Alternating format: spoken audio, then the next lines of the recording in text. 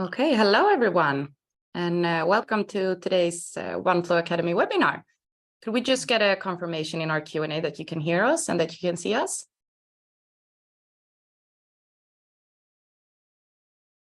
Perfect.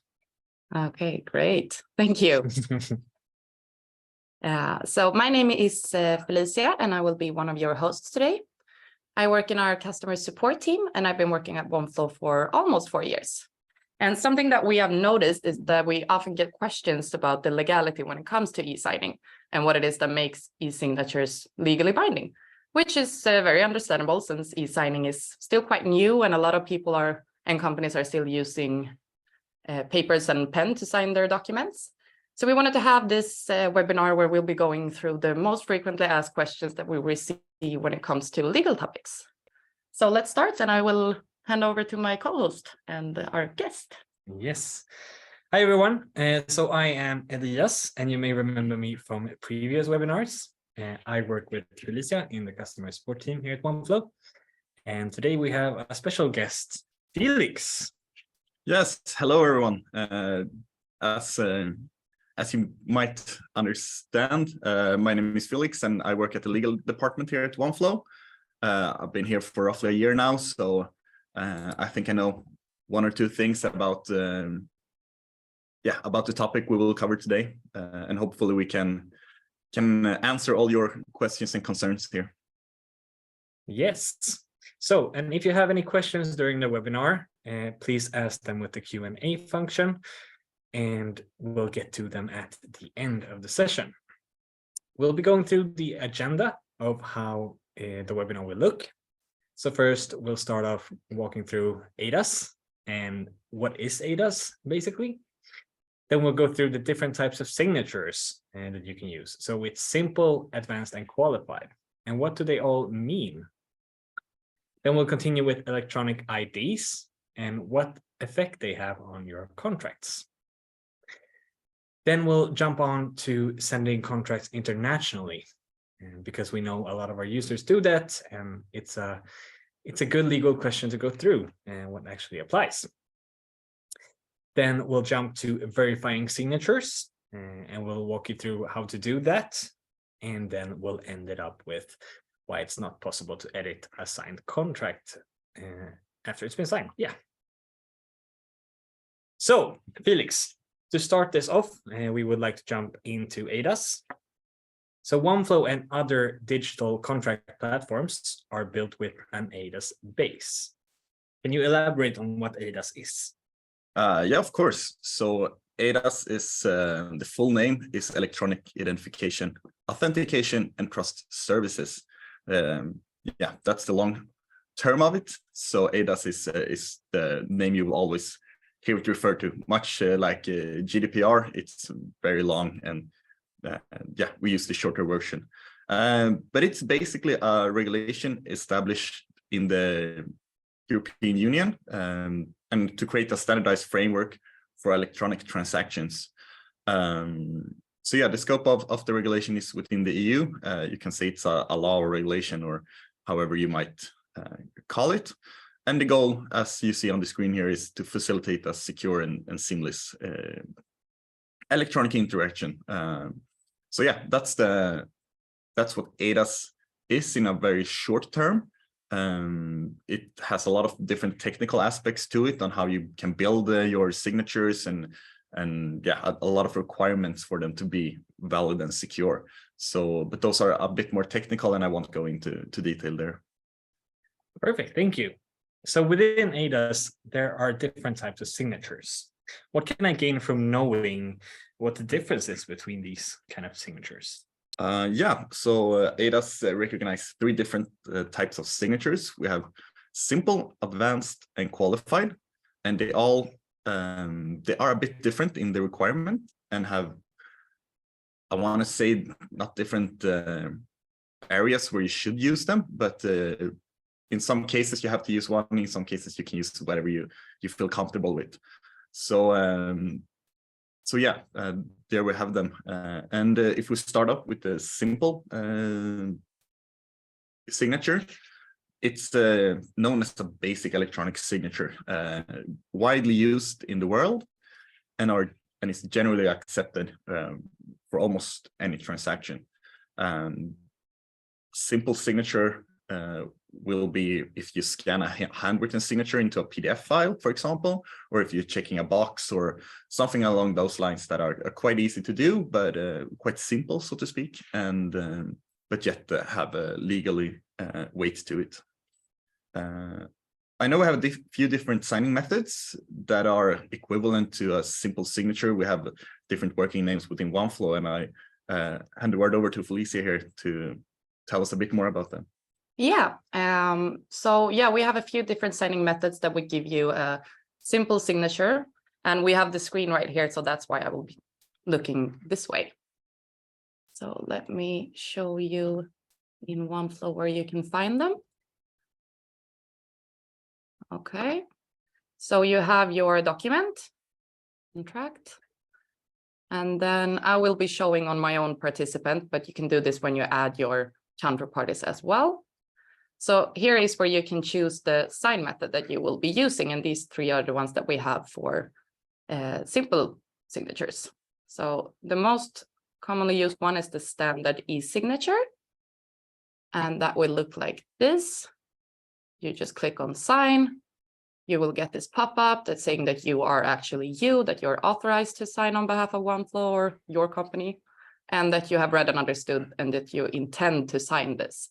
And then you just click on sign and the contract will be signed from your end. And to show the next one, we have the SMS verification. Click on sign, sign with SMS, your mobile, and then you will receive a SMS with the code that you just enter here, and then it's signed. And the last one is the newest one that we have, which is the handwritten signature. And then you also click on sign, get the same pop-up, and here you can either draw your signature or you can just type it like this. You can select the style that you like and then just sign. And now it's signed. So these are the simple signatures that we have in Oneflow. Perfect. Thank you both. Let's move on to the next signature type. So that is advanced. Could you tell us more about that, Felix? Yeah, sure. As you said, advanced is the next kind of step or level here that you can go into. Basically, the main difference here is the identification part of who is the signer. Think bank ID when we're talking about advanced signatures here. It's the most easiest and accurate way of describing it. Yeah, so within Oneflow, that would be signing with bank ID, because as Felix just mentioned, it's easier to identify who has signed the contract if you have bank ID than if you sign with the simple ones. So in Oneflow, we have bank ID for Sweden, Norway, Finland, and Denmark that you can use to get an advanced signature.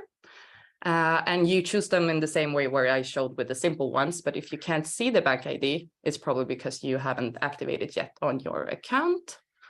And let me just show you how you can do that quickly. So you just go to admin page, extensions, and here you will have the electronic IDs. So if you just activate this one, and then you'll be able to choose which bank ID you will use. So you just click them like this, and then they're activated. So now you will be able to choose them as your signing method. Perfect. Thank you both again. So Felix, the last signature type is qualified. What is that about? Oh yeah, so qualified is I would say the highest level that is defined in eIDAS, and it's an advanced electronic signature with a digital certificate that has been encrypted in a way. It's the technical part is a bit beyond my knowledge here, but yeah, it's also a signature that is growing more and more on the market, and yeah, we're looking into that as well, and try and figure out how we want to do it. But yeah, by law, you should be mentioned by law in eIDAS. A qualified electronic signature is considered to be the same as a handwritten signature, and that can be good in some cases where like the formalities of a certain contract require explicitly a handwritten signature. So yeah, it's just good to keep that in mind. Perfect. Thank you very much, Felix, for clarifying this. So if I prefer using Bank ID or any other eID as my counterparty's signing method, what does this do for the contract in terms of what we just went through? Does it make any difference? Yeah, this is a bit of a difficult question, and you'll get the legal answer. Depends. So both yes and no.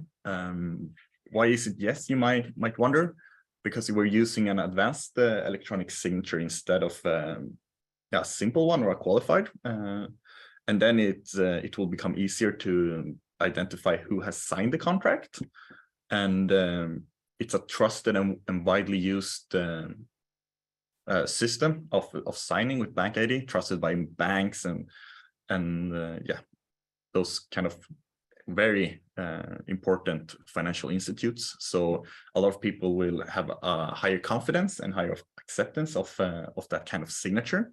So that might be some arguments to why you should use advanced in some cases.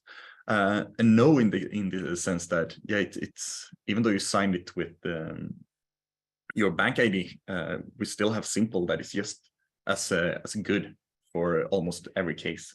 So the effect will be the same. Perfect. Great stuff. So moving on to the next point, which is sending contracts internationally. So Oneflow can be used to send contracts all around the world, but a commonly asked question is if a digital contract is legally binding in certain countries. How can you go about to approach this situation? And is there any unity to be found here? Oh yeah, this is a very difficult question, I would say, to tackle, because we as a company that are active in this space, we always want to to promise everything, that everything is okay and everything is great, but without having the proper knowledge of the very country specific rules or a contract in question, it's very hard to make any kind of statements here. So as we said before, eIDAS will provide us with a general framework on how we're building our platform, how electronic signatures should look from a more technical point of view, but you also have country-specific rules that will apply here. So for instance, in Sweden, we have, if you're writing a will, we need to have 2 witnesses, and that is something that has not yet been discovered, how you can make that valid with an e-signature solution. So maybe you need to do the old school way of pen and paper there. And without knowing the ins and outs of every contract and every different legal area within all the different jurisdictions, it's very hard to make some general or wide promise that the legality or the legally binding part of it. We can tell you how Oneflow works, how it's built, and on a general level answer your question. But going to these very kind of specific questions is very hard. So yeah, but with that said, a lot of countries worldwide has adopted some kind of legislation regarding electronic signatures. For example, as eIDAS is within the European Union, I know for a fact that USA and Canada have some similar regulations regarding this. So a lot of the time you can find very good guidance if you start looking for it. You can always consult in some lawyer or whatnot to get to help you even further. But yeah, I would just keep in mind when we're talking about this topic, there's a lot of different ways that you can enter into a contract. So it doesn't have to be by the old school pen and paper, even though it might be the most commonly used. For example, if you can do a verbal agreement, a handshake agreement. So there's tons of ways already. So why not just improve it so it's very clear what the terms of condition are of your agreement, instead of just having it verbally. And now with the seamless digital solution, it's super easy to just send that contract instead, and it's very clear and specific what has been said, what has been agreed upon, for example. So Yeah. All right. I think that answered the question as good as it could be answered. But now let's jump on to verifying signatures. So if a client is contacting me and asking if they can verify that the contract is legitimate, I know that there is a way to verify that the document hasn't been altered or so on, and the signatures are correct. How can I assure and inform the client about this verification, and what does that verification exactly mean? Yeah, for sure. So this is a very important part when we're talking electronic signatures on a general level, and also on a case-to-case basis. It's very important to be able to provide evidence that the fact that the contract hasn't changed, because before you entered into the contract, you agreed upon certain terms, you agreed on maybe a certain price, a certain I don't know, a certain clause that was very important for the agreement. And of course, you want to make sure that this has not changed. It's the essence of all contracts, right? So to do that, you can verify the signatures in question. And this is a bit technical, or I wouldn't say too technical, but it's a bit technical, and Felicia will demonstrate exactly how this is done through Oneflow. But the main part comes down to, we download the PDF contract that is signed within Oneflow. Embedded in that file, you will find verification, almost a link, where you can download a verification of the contract in question. And once that has been done, you can get a encrypted hash number, and those you can compare to the two documents in a way, and make sure that no one has tampered or altered or made any changes to the contract. And you will see that symbolized with a green little check mark almost in the top left corner here. We will go in a bit more in how it looks in the system here in just a moment. But the verification part is, as I said, very important to be able to make sure that nothing has changed. And if there has been any changes, this verification will almost be breached, I would say, in like layman terms. And that you will know that some kind of change has been made, and you can compare the two documents that you have, what has been changed. And for the encryption of this kind of verification, we use a widely recognized SHA-256 encryption, and that's the market standard at the moment for these kind of hash encryptions. And we're always keeping up to date with changes and if something happened in this area. Cool. Okay. So I will just show you how you can find the verification on the contracts that's been signed in Oneflow, but it's very rare that you would even need this verification. I mean, if it's signed, you can see that it's signed in the digital contract, but if you're for some reason would need the verification, it's always good to know where to find it. So let me show you. So if you go to your signed document in Oneflow, it's like this. You can see here that it's signed, but if you want the verification, you have to download the document as a PDF, like this. Let me open it. Okay, now you should see it here. And in the downloaded PDF, you can find the attachments. And this is where you will find the verification.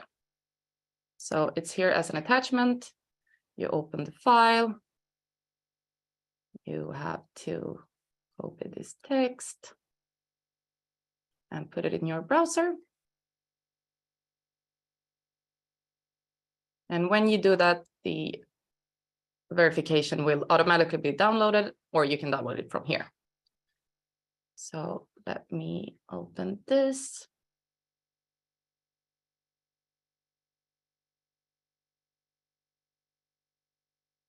So this is what the verification will look like. So you can see here, this is the check mark that Felix was talking about. So if you have this green check mark here, you know that it's signed and that is valid. All signatures are valid. And if you would want to go even further, you can also use this hash code to compare it to the code within the contract. But this is a bit more technical. So if you would, for some reason, have to do that, please just contact us and we will help you. But as we said before, it's very rare and you usually don't need this at all. Yeah. And just to add here, I believe we have a help center article regarding how to download the verification. So if this was a bit too fast, or maybe you didn't catch a specific area that you wanted to dig a bit deeper into, you can always go to that article for further help, or just call our support. We're happy to help you. Yeah, of course. Exactly. Okay. All right. Thank you very much, Felicia and Felix. Now we are going to jump to our final question. So I've missed out on an important detail in my now signed contracts. Yeah. Is it possible to edit the document when it has been signed? The very, very short answer here is no, it's not. And you don't want it to be either. And if you want me to expand a bit on this statement, it's, imagine you're negotiating a contract with a potential customer here. So, and you have agreed on almost all the clauses and all the particulars of your contract, but then you notice, oh, I missed a 0 in my offer, right? It's very, very cheap. So they get it for 100 crowns instead of 1,000. That's a major change, right? So if they would have signed, and you would then be able to go into the contract, alter the content within the contract, then they might have been, I don't know, they wouldn't feel too good about that, right? And imagine someone did that to you, you wouldn't feel too good about that either. So it's a security aspect to not be able to change the content within the contract once any party has been signed, or once it has been signed from any party. If you make a change, however, the contract will reset all the signatures that was on it, and thus making everyone sign again. It can, now I made an extreme and kind of bizarre example of adding like another 0 to the contract, but it could be as easy as a dot after a sentence, or very small things as well. So, but it goes back to the security, and it's impossible for us to differentiate between what is a very important change and what is a little acceptable change. So we just draw the line. Any change will reset the signatures for everyone's safety. So that's why if you go into the very nuanced and details of how the service works. Yeah, that makes a lot of sense. And if you were in the situation that your contract has been fully signed, you can simply create a copy of the contract, perform the changes you want to add, and then send it out for a signing again. Yeah. But yes, that was our primary topics that we were going to go about today. So now we'll be continuing to the Q&A. Okay. I know we've got some questions. Let's see if there are any questions that we can answer right away.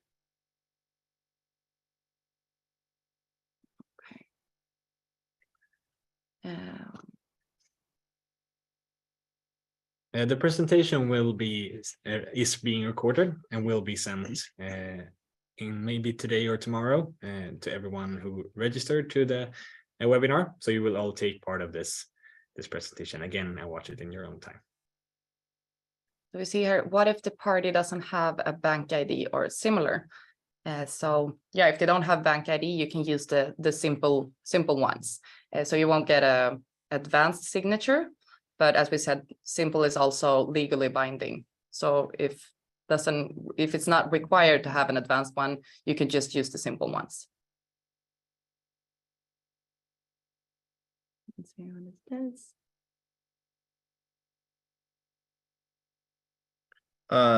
So there's no difference between Read the question. Oh, sorry. Legally, is there any difference in signature validity within the 3 types of simple signatures Oneflow provides?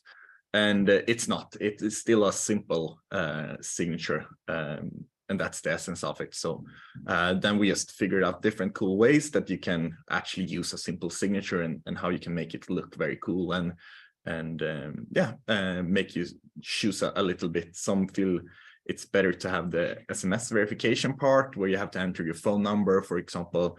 that adds a little layer of that it gets sent to a certain person, and yeah, it can help with identifying that person and so on, but it's not it won't change anything, so to speak, between the other signatures. Yeah. Okay. So do we need to have the personal identifier number for the signatories before we send out the contract? So I'm guessing this means when you use bank ID, and no, you don't have to have their personal number. You can just leave that empty, and when they click on sign, they will have to enter the number themselves.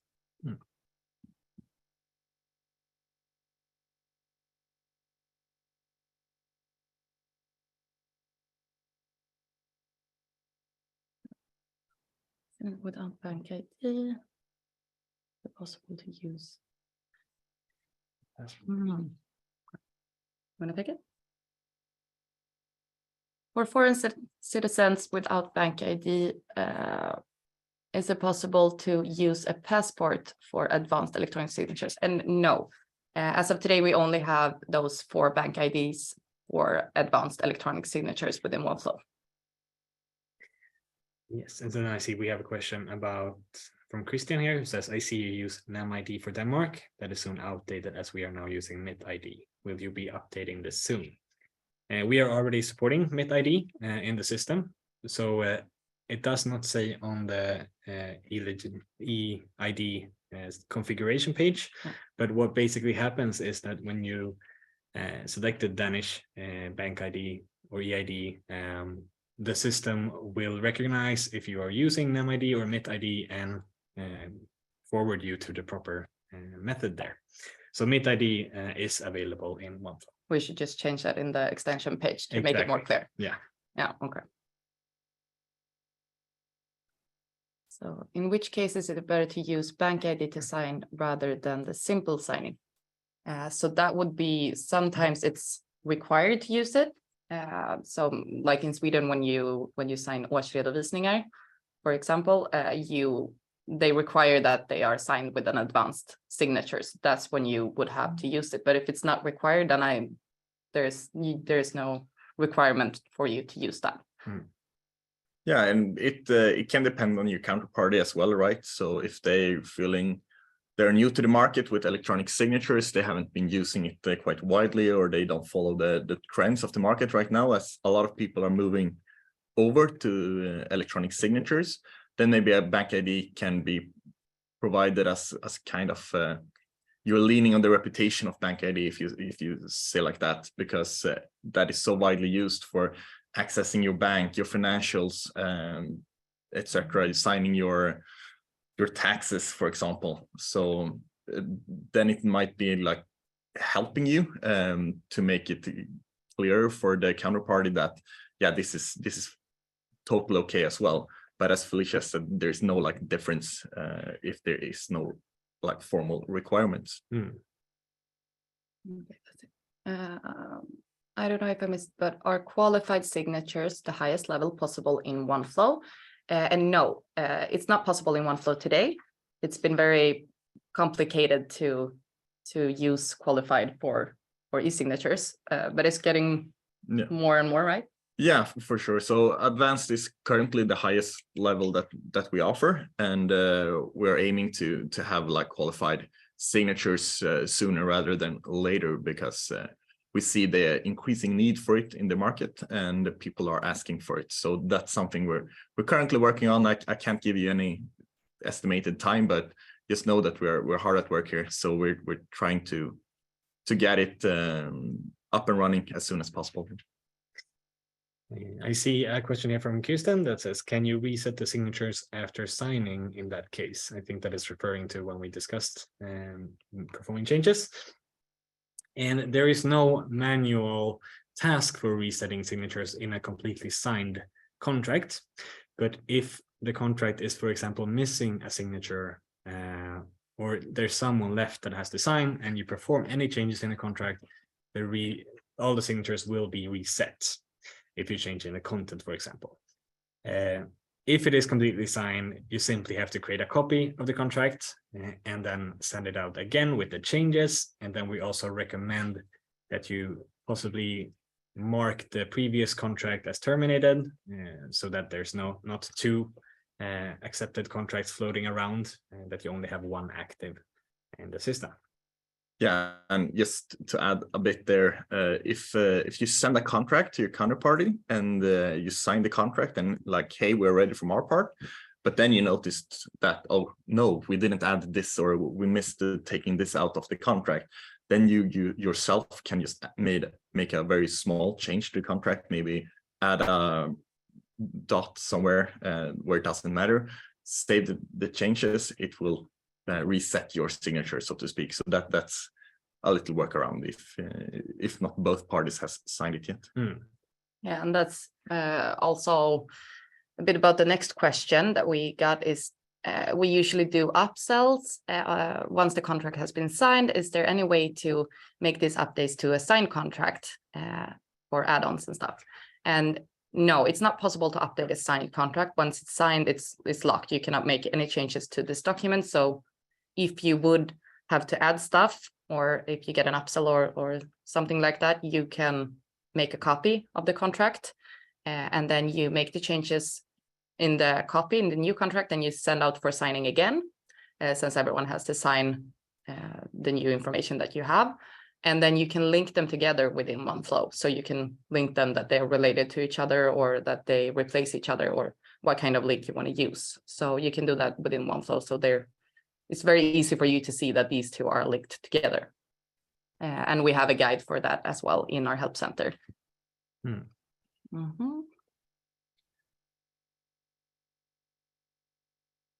That also answers the next question. Exactly.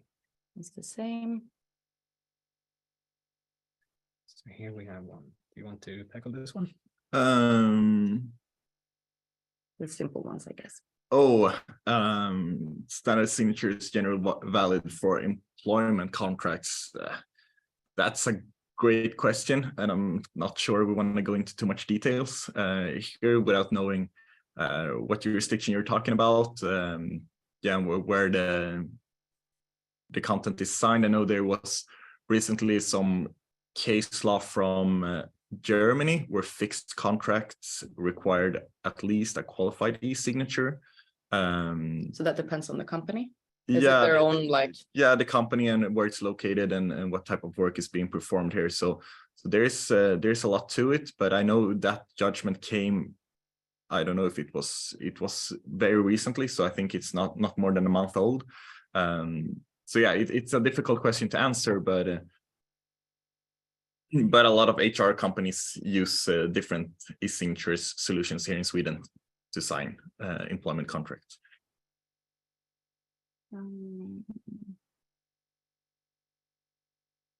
Okay, that's a good question. So I have a case where one of our departments added an actual written signature in the template. What is your view on that? And I'm guessing you mean that they're scanned in, like with the hand. So I'm guessing here that that's not valid in Oneflow. It hasn't been signed in Oneflow if you have that. No, so if you have a paper that you sign, upload it to Oneflow, you can mark it as signed. You don't have to sign it to the counterparty to get them to sign. So yeah, you can mark it as signed within Oneflow, but it's not signed in Oneflow. Yeah, I would say that.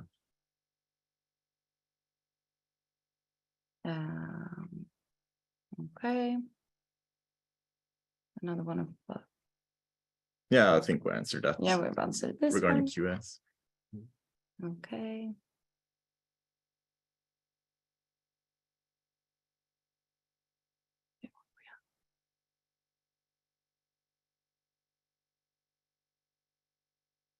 Okay. They still use it if they wanted. So this is a follow-up from the question we just took, where Clara says they still use the e-signing, but they wanted the employee to see an actual signature in the contract when they signed it. So I understand that part. In the web version, as you know, the signatures are displayed on the right side of the page. But if you download the PDF version, all the signatures will be separately displayed at the very last page. They will have their own separate page. And that also applies if you use handwritten signature, because your handwritten signature that you used in Oneflow while signing will appear in this little box. So in a way it appears, might not be exactly where you want it, but it will be there in the contract. Yeah. Thanks for the presentation. Any idea when you expect to expand your bank IDs into the Netherlands? And I know that they are looking right now on different bank IDs for a lot of countries. So they are looking into it, but I cannot say when we will have it, but it's been looked at. Mm. And we want, of course, we want to have as many as possible. So this is something that we're aiming to have as soon as possible.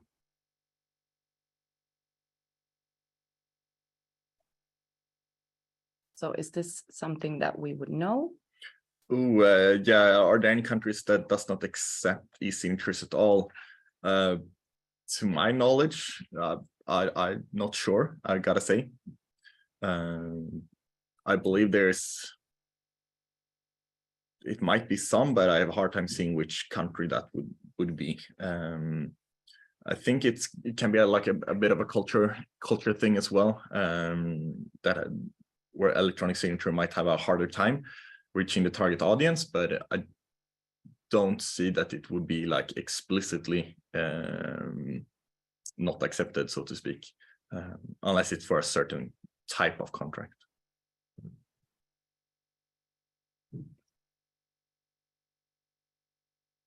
Okay. Do you have a recommended practice on what to do, how to treat the contract that has incorrect information and then is corrected with a new agreement? Is this still signed legally document, or how do we make sure that it's not used in the future? So if you have a contract in Oneflow and you see that something is wrong with the contract, so you want to make a new one, you can mark the other one as terminated to make it not active anymore. Yeah, either you make it terminated, as you said, or you can just have an additional agreement where you replace the certain terms that you both agree on and sign that and link them together. Then you know that they can have some kind of writing along the lines of this will replace this, and then you should have solved that problem. Yeah, then you also make it very clear in the new one that this replaced the other one and that it's not valid anymore. Good point.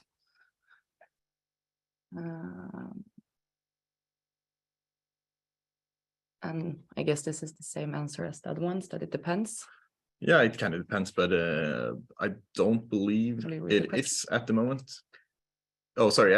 Is the initial signing allowed for property real estate purchase contracts in Sweden? At the moment, no. It could be if with the qualified e-signatures, I believe. I haven't done any real research into that at the moment.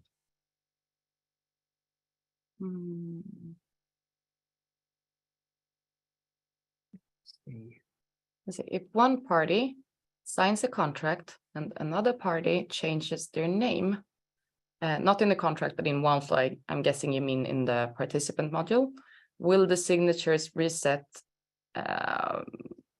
And I think they mean by the profile, maybe. So not in the contract, but in Oneflow as a takeover, you know? Could it be that? So they're talking about the signatures. So if you're inside a contract, then you have the participant list on the side view, and some information there can be changed without it resetting any kind of signatures within Oneflow. But this is very specific changes that you use, maybe a name or something. And some of that information is also that can be locked down, so the counterparty can't change it at all. And some of the information change even to the participant will reset the signature. So it's a bit tricky question because it kind of depends on what change you are referring to here. If it is a profile change in Oneflow that you, for example, take over your colleague's profile and use that user, and that will not affect any previous contracts that have been signed. And these changes in your profile will only affect the new ones that from the day you changed it. Okay, we've answered this already. Yep.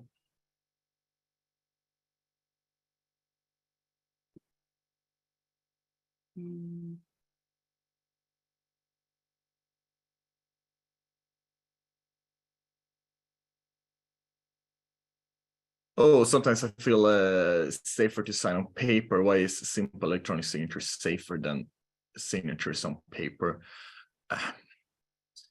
Okay, so the legal effect will pretty much be the same between signing on paper or signing on as a simple electronic signature.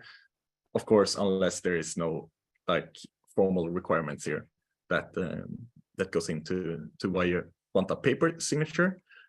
The advantages as I see them with a simple e-signature is that it will be stored within Oneflow.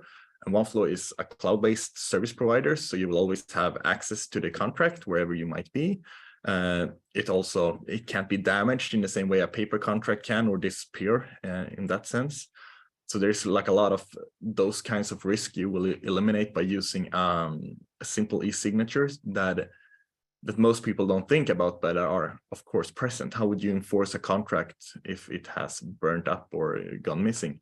That won't happen in Oneflow, as we have backups and a lot of heavy encryption and different solution to make it very, very safe. Perfect. So now we'll actually take the last question because we're running out of time, but we appreciate that we have received so many questions. Let's see. We can take this one. What counts as the signature date? The date the last signature was complete. And yeah, that's correct. So the contract is signed when the last person signs it, because that's when it's signed when everyone has signed it. So when the last person signs it, it's signed. But you in a digital contract, you can always see when everyone has signed it if you would want to. But the signature date is the date that the last signatory signs the contract. Exactly. Okay. Yeah, and sorry, just to add there, if you want any sort of legal things, you can add it into the contract, right? If you are delivering for a certain date, you always put that, or usually put that into a contract. So yeah, but yeah, it was just this contract goes into effect this date. Yeah. Exactly. Yeah. Okay, perfect. Perfect. Thank you everyone so much for attending this webinar. We hope you've learned something from this information. Hopefully. And for all the questions that we didn't have time to answer now, we will get back to you. Exactly. Just soon. So Okay. thank you so much. Thank you very much. Have a nice great day. Thank you.